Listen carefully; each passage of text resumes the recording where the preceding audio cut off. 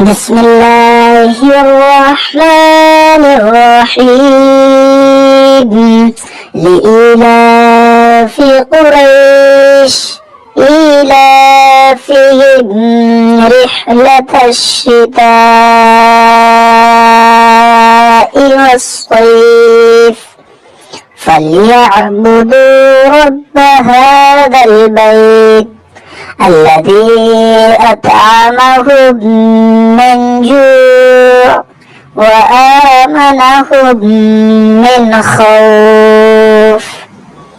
لإيلاف قريش إيلافهم رحلة الشتاء والصيف فليعبدوا رب هذا البيت الذي أطعمهم من جوع وآمنهم من خوف.